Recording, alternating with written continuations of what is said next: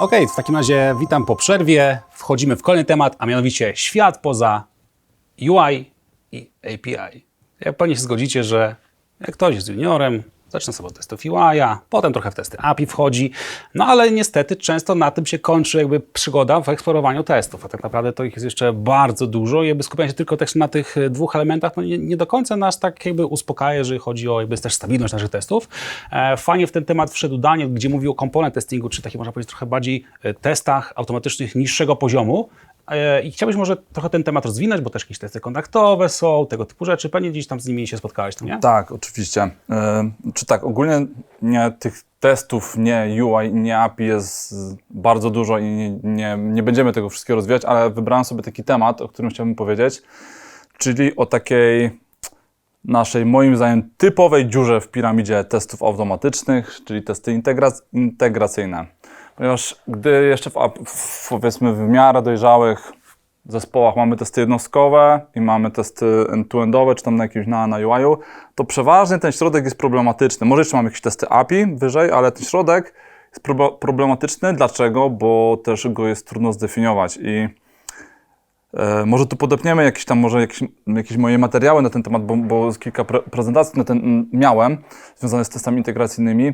Co tutaj jest ważne powiedzieć, to, że przez to, że testy integracyjne to jest taki buzzword, w sensie ta integracja, no wszystko się ze wszystkim integruje, tak? No może się integrować ze sobą klasa z klasą, czy moduł z modułem, czy serwis z serwisem, czy system z systemem i dlatego gdy mówimy testy integracyjne, no to w zasadzie nie wiadomo, o które testy nam chodzi. No i chodzi nam oczywiście o wszystkie, ale teraz wykonanie tych testów integracyjnych na różnych poziomach jest inne i też są inne odpowiedzialności, inne są cele, o których tutaj też właśnie fajnie mówiłeś wcześniej, cele tych testów i jest tutaj kilka rozwiązań i może zacznę od tego właśnie komponent testingu, który akurat pozwala testować frontend w izolacji. Ja ogólnie tak patrzę na wszystkie systemy, że składają się z modułów, one się jakoś łączą. No i w tych modułach też mamy jakieś moduły, które się jakoś łączą, więc ten pierwszy poziom integracji to moim zdaniem to jest takie testowanie interakcji moich, nie wiem, klas lub jakichś serwisów w środku jeszcze, nie? Czyli to jest taki trochę wyższy poziom testu jednostkowego, bo używamy prawdopodobnie tych samych narzędzi, ale już tam się pojawiają też takie elementy mokowania, ale takiego mokowania technicznego, czyli jakieś dummy moki, double, Boże, pozapomniałem jakieś tam nazwy. W każdym razie możemy sobie podmokować tak, aby testować tylko te dwa komponenty w interakcji, a sobie reszta świata nas nie interesuje. I ta zasada działa na każdym poziomie, czyli tutaj mówimy o poziomie testuje, czy deweloper testuje, czy te moje moduły zachowują się w oczekiwany sposób, podmokowuje sobie zależności. I teraz wychodzimy na przykład poziom wyżej, już jakiś konkretny serwis. No i teraz w dużych systemach, no zawsze mamy jakieś zależności, tak, że jakiś system musi gdzieś tam nam dostarcza dane i tak dalej, no to pojawia się tutaj takie wyzwanie, które bo teraz tak, widzimy, że są te zależności, no nie? Chcę przetestować już jakąś grubszą integrację, powiedzmy serwisu z serwisem. No ale gdzieś tam te dane przychodzą z któregoś systemu. No i teraz co bardziej leniwy deweloper może powiedzieć, kurde, te dane tak daleko, kurde, no może testy end-to-end, no nie? No i wtedy wołają tego testera end-to-end, no i on mówi, no dobra, no to tam mamy taki gruby system, nie, end-to-end, środowisko. Czemu nie działa środowisko? No, przeważnie z tymi testami takimi bardzo szerokimi są te problemy, że to środowisko jest ciężko zestawić, ciężko ustabilizować, no jest w nieznanym stanie, zostawmy to. Ale tutaj się zaczyna ten problem, że tych testów trochę nikt nie chce pisać, bo one są trudniejsze, bo tam trzeba coś bardziej zamokować i to nie jedną rzecz, ale więcej, też na takim poziomie tutaj serwisu, tutaj czegoś, tu jakieś szyny danych. No i teraz to są testy integracyjne na takim żywym systemie, ale możemy zadbać o jakość w inny sposób. Czyli mamy dwa moduły i w zasadzie, gdy ten moduł A jest dobrze przetestowany jednostkowo i tak wewnętrznie integracyjnie, ten moduł B tak samo, to teraz to, co my chcemy testować pomiędzy tymi modułami, to nie są wszystkie zachowania jakby end-to-endowe, podczas których te dwa moduły biorą udział, tylko chcemy dokładnie przetestować interakcje pomiędzy tymi modułami. No i na to odpowiada koncepcja testów kontraktowych, już dosyć długo obecna w społeczności. No to mamy takie typowe narzędzia jak Pact czy Spring Contract, już teraz nie pamiętam, ale są dwa rozwiązania takie typowe. I wiele osób moim zdaniem nie rozumie tego, że ja nie muszę mieć takiego testu end-to-end, żeby testować te dwa moduły, bo chcę dokładnie przetestować te dwa moduły. Nie wszystkie moduły, które biorą udział w tej interakcji tych dwóch modułów, tylko dokładnie te dwa. I tak możemy sobie budować tak coraz szerzej rozszerzać to. Aha, czyli te dwa moduły rozmawiają ze sobą, to przetestujmy to, nie? Te dwa, to przetestujmy to. Typowym przykładem tutaj jest backend i frontend. Nie? Bo to zawsze jest jakiś backend i zawsze frontend. No więc skoro mam dobrze przetestowany backend, no bo tam są testy jednostkowe, te wewnętrzne, integracyjne, testy, i teraz też dlatego ten komponent testing mi się podoba, bo testy jednostkowe na froncie jeszcze niedawno nie były popularne, teraz już są, ale już mniej popularne są te testy zachowań na froncie. Co chcę przez to powiedzieć, to to, że jak my mamy frontend, to przeważnie już bierzemy to Selenium lub Playwrighta lub coś tam, co klika po GUI-u, no i mówimy, teraz będziemy tu, to jest to nasza część do testowania, no nie?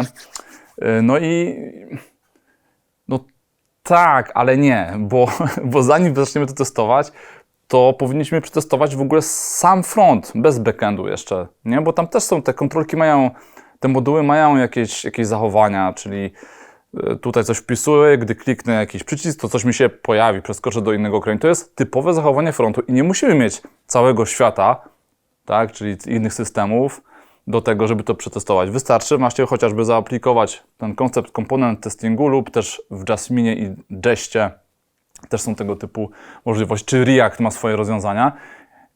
I wracając do tematu, mam dobrze przetestowany backend, mam dobrze przetestowany frontend, czyli w izolacji trochę tutaj są te testy.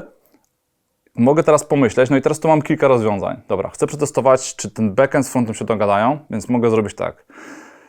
Trudne, ale może akurat backend i frontend nie wiem, czy bym brał zawsze testy kontraktowe, ale mogę tam wziąć, bo to jest kontrakt, nie? Backend oczekuje, czy front oczekuje, że dostanie coś od backendu. Backend oczekuje, że tak zostanie wywołany przez frontend. No i tutaj w środku są ten kontrakt, my go tylko walidujemy ten kontrakt.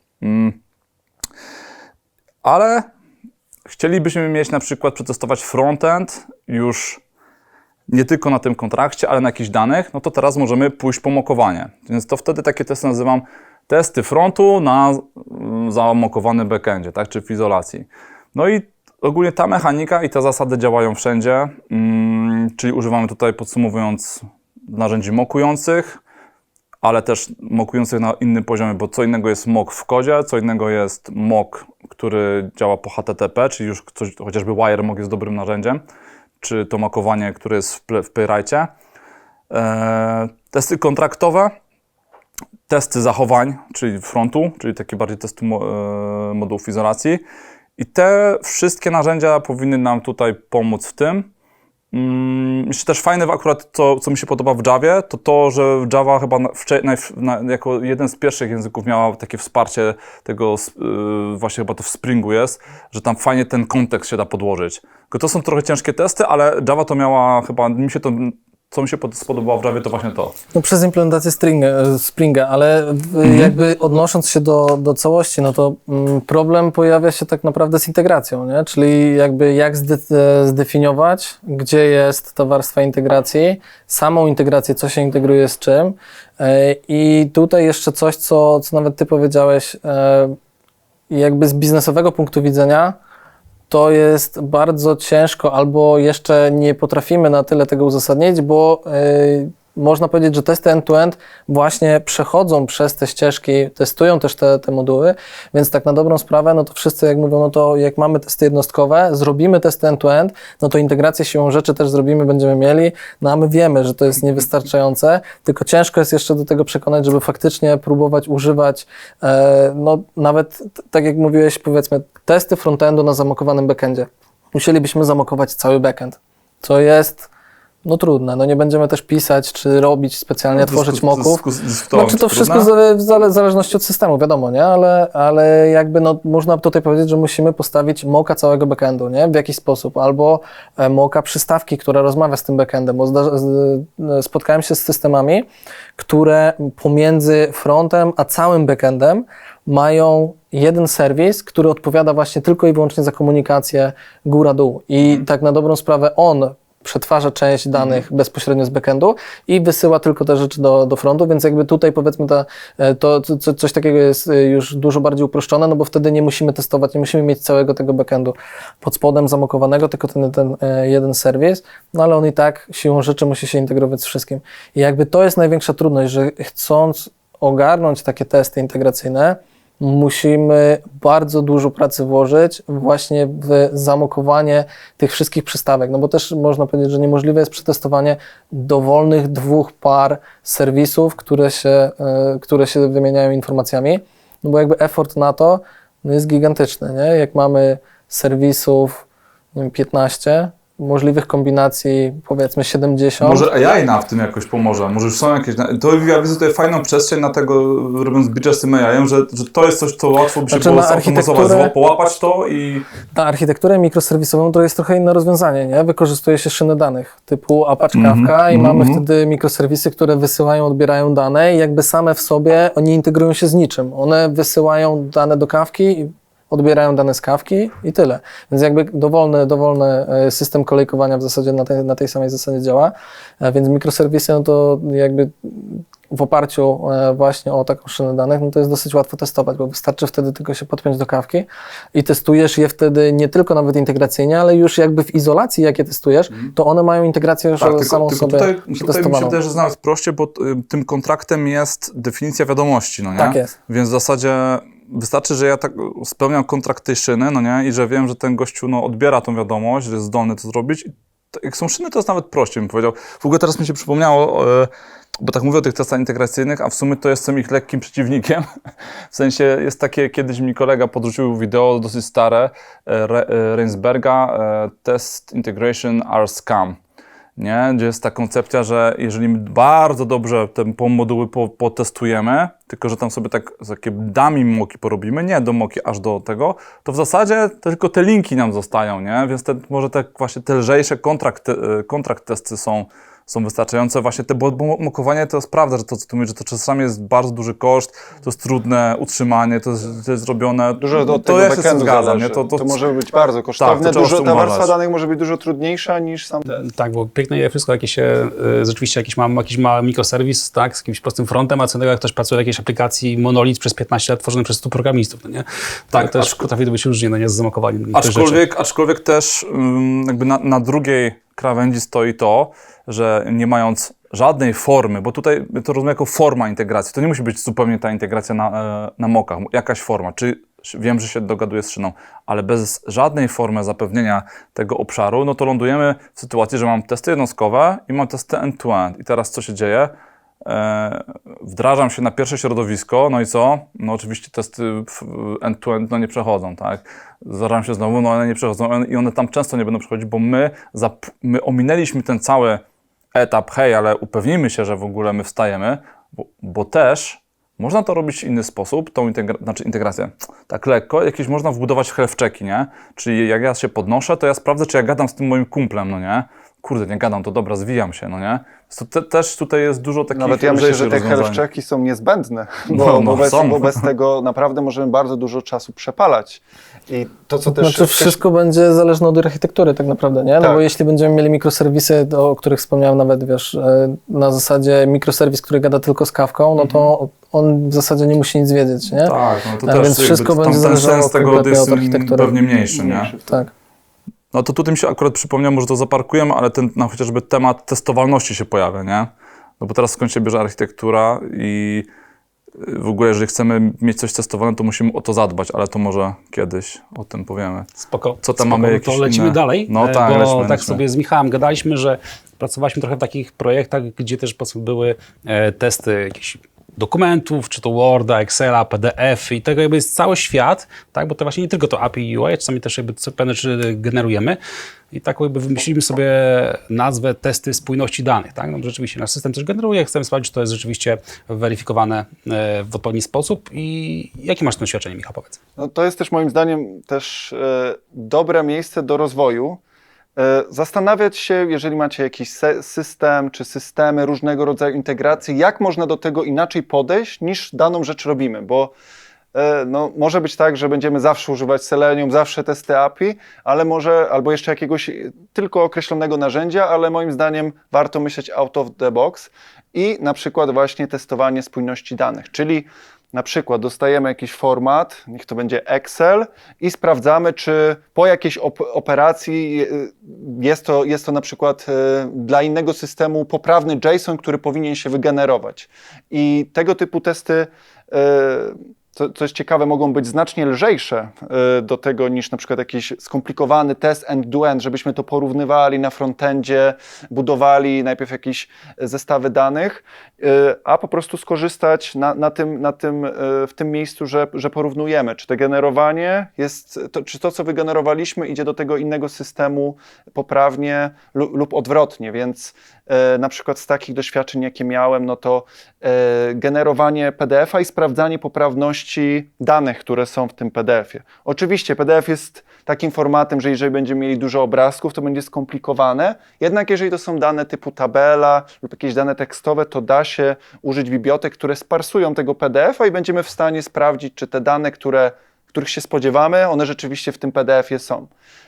Także to jest, polecam, zastanawiać się, czy nasze podejście do automatyzacji jest poprawne, bo czasami można zautomatyzować też, nie wiem, jakieś IoT czy różnego rodzaju rzeczy i niekoniecznie jest odpowiedź rynku, albo trzeba skorzystać z kilku różnych narzędzi, żeby zbudować spójne podejście do tej automatyzacji i ono może być znacznie bardziej sensowne niż na siłę korzystanie z jakiegoś narzędzia. To, co też mówił Krzysiek w poprzedniej części naszej debaty, że takie skupianie się na jednym narzędziu, że go bronimy zawsze, no jest to bez sensu, trzeba się zastanowić. To a propos spójności danych, to mi się też tak przypomina, że w ogóle klienci często tego chcą, o dziwo, tak?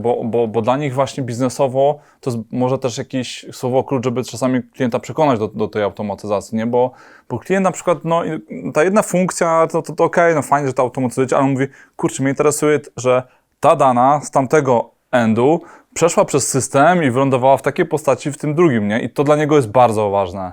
I teraz dogmatycznie jakby to nie jest w zgodzie ze sztuką, żeby tym end-to-endem lecieć przez to wszystko, ale jakby się tutaj trochę zastanowić, właśnie przypomniał mi się pewnego rodzaju system klasy Enterprise, gdzie w łatwy sposób, tam było tych mikroserwisów, nie wiem, z 50, że dało się w łatwy sposób śledzić te dane. Są też zresztą takie narzędzia, że możemy prześledzić sobie czy wyciągać na różnym etapie procesów. I robiliśmy takiego diffa, nie? Czyli co nam się zmieniło, nie? Czy teraz wykonaliśmy taką operację biznesową gdzieś tam na tym pierwszym, no i teraz czy naszym diffem to powinno być wpis tu, wpis tam, w tej bazie, tamtej bazie, nie? I wyciągaliśmy te diffy i sprawdzaliśmy. To też opieraliśmy, że dobra, to jest to reference data, takie mają być wpisy i to sprawdzaliśmy, bo to fajne rozwiązanie i dosyć skomplikowane, działało dobrze. Minusem, i teraz ja zawsze mam takie, czy jestem przeciwny, czy jestem za. Kurczę, ja jestem w stanie zrozumieć potrzeby klienta tutaj, że jest jakiś taki twardy processing i te systemy są złożone, chociaż ideowo wolałbym przetestować każdy z tych modułów i uznać, że on spełnia swoją funkcję, więc dlaczego mam testować całą ścieżkę. Minus jeden jest tego taki, tych całych testów spójności danych, że one zawsze będą trwały dłużej niż normalnie, nie? Bo to jest jednak, czy generowanie PDF-a, czy poruszanie się po PDF-ie, czy wyciąganie danych z systemów, to zawsze będzie trwało dłużej, no takie trochę end-to-end nam z tego wyjdą. No i na przykład takim kolejnym tematem, który też można o nim pomyśleć, jest na przykład visual regression, no nie? To są takie testy, które sprawdzają, czy nam też się dobrze wszystko wyrenderowało, czy dobrze wszystko wygląda. I na przykład ja mam taki projekt, gdzie mamy jakąś jedną taką aplikację, która jest sobie konfigurowana na 50 różnych klientów. Nie? I rzeczywiście czasami i jakaś tam drobna zmiana w takiej matce, że tak powiem, w tym rodzicu, powoduje, że coś może nagle przestać dobrze wyglądać na którymś, powiedzmy, ze sklepów, tak? I tutaj na przykład z pomocą właśnie przyszły nam te testy Visual Regression, czyli one polega na tym po prostu, że test sobie wchodzi na daną stronę, tam może wszystko być sobie pomokowane, tak jak mówiłeś, robi screenshota i sprawdza, oczywiście ten screenshot jest zgodny z oczekiwanym. Tak? To ja sobie tutaj do tego powiedzmy używam Playwrighta i on wtedy też ładne później generuje takie raporty, gdzie mamy powiedzmy raport z diffem, tylko takim powiedzmy, jeżeli chodzi o obraz, tak, widzimy co się zmieniło. Te testy jakby nie są idealne, no z tego względu, że nadal Playwright pod spodem ma jakąś zaimplementowaną bibliotekę do porównywania obrazów i widzę, że też jakby puszczając te testy w różnych przeglądarkach jest trochę z tym problem. Mam takie problemy czasami, że mam testy pod iPadem i powiedzmy nagle w Continuous Integration padną wszystkie. Powiedzmy, dlaczego? Nie mam pojęcia, nie da się tego znaleźć w necie, dlaczego powiedzmy. Ale to jak są obrazki, to widzisz, że są te same? Nie, w ogóle Playwright kompletnie w ogóle nie potrafi wejść w interakcję w ogóle z przeglądarką. Jakby z jakiegoś powodu coś tam się dzieje pod spodem, jeszcze nie dało mi się zweryfikować dlaczego. Albo na przykład testy w Safari mają ten problem, że czasami obrazki, które renderuje strona, mają jakby problem z antyaliasingiem, są takie poszarpane. Też te testy są takie trochę flaki, no nie? Więc, ale to da się też obejść, bo jakby te wszystkie takie narzędzia Visual Regression mają to do siebie, że można w odpowiedni sposób nie tylko robić te screenshoty całej strony, można konkretnym elementom, można sobie powiedzmy jakieś rzeczy zamaskować, na przykład mogę, nie wiem, na Safari powiedzmy wszystkie obrazki zamaskować, one wtedy będą powiedzmy, nie wiem, czarnym kwadratem i wtedy też sobie jakoś z tym poradzić. Także No i to jest takie fajne, rozwiązanie byłoby idealne na przykład do e-commerce'u, nie? Taki globalny e-commerce, który faktycznie, no, czy rozwiązania jakby generowania samych produktów, czy no też tak na dobrą sprawę konfiguracji na różnych marketach, nie? Jeśli mamy konfigurację na jeden, drugi, trzeci market, no to też możemy mieć jakieś wizualne różnice pomiędzy tym, pomiędzy nimi, wynikające chociażby z no, praw na danym markecie, nie? Tak. Tak na No dobrą ja sprawę miałem prawa. taką sytuację właśnie, że strona była dostępna w kilkudziesięciu lokalizacjach i no właśnie, można by było podejść do tego, że użyć Selenium, czy jakiś, nie wiem, Cypressa, czy Playwrighta, ale poszedłem do tego tak, że najważniejsze miejsca na tej stronie, bo to można powiedzieć, że tam jeden element był taki bardzo ważny w kontekście sprzedażowym właśnie, bo to była tego typu aplikacja, więc te elementy są ważne, bo to bardzo wpływa na konwersję, że i to się też tam mierzy, tę konwersję i to ma też potem wpływ na sprzedaż, bo czy w dany element ktoś kliknie i ma to wpływ na sprzedaż i zamiast właśnie korzystania z Selenium, skorzystałem wtedy z Backstop.js-a, bo to było już lata temu, to było było 6 lat temu i Backstop.js to był taki prosty framework, proste narzędzie do tworzenia testów Visual Regression. Tam się określało selektory, których robimy zdjęcia, właśnie też można było niektóre rzeczy maskować i taki test, który sprawdział 300 selektorów dla kilkunastu lokalizacji trwał 5 minut, bo też paralel był. Zrobić to w Selenium? Bardzo ciężko. I kilka razy udało się coś ciekawego odkryć, więc... Wspomniałeś tutaj o konwersji i to przypomina mi też toola, którego używałem w projekcie, który zazwyczaj jest wykorzystywany przez deweloperów w e-commerce, czyli naszego Lighthouse'a od Google'a, który tak na dobrą sprawę mierzy szybkość strony. A dodatkowo, co nie wiem też, znaczy każdy, kto miał do czynienia jakkolwiek z Lighthouse'em, no to jest tego świadomy, ale właśnie w oparciu o metryki z Lighthouse'a Google pozycjonuje stronę.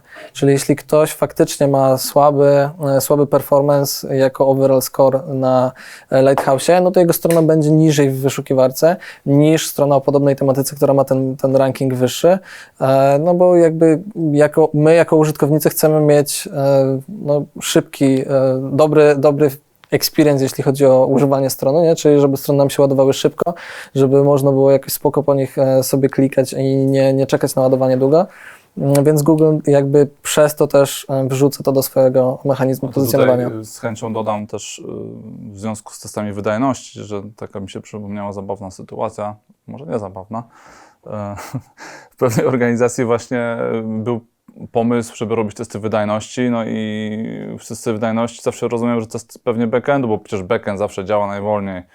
No ale te czasy się zmieniły wraz z JavaScriptem i TypeScriptem i się okazuje, że może najpierw zacząć lepiej od tego Lighthouse'a w ogóle, bo skoro requesty się wykonują w ciągu 50 milisekund, a nam się front ładuje w 5 sekund, no to może zacznijmy od tego frontu, nie?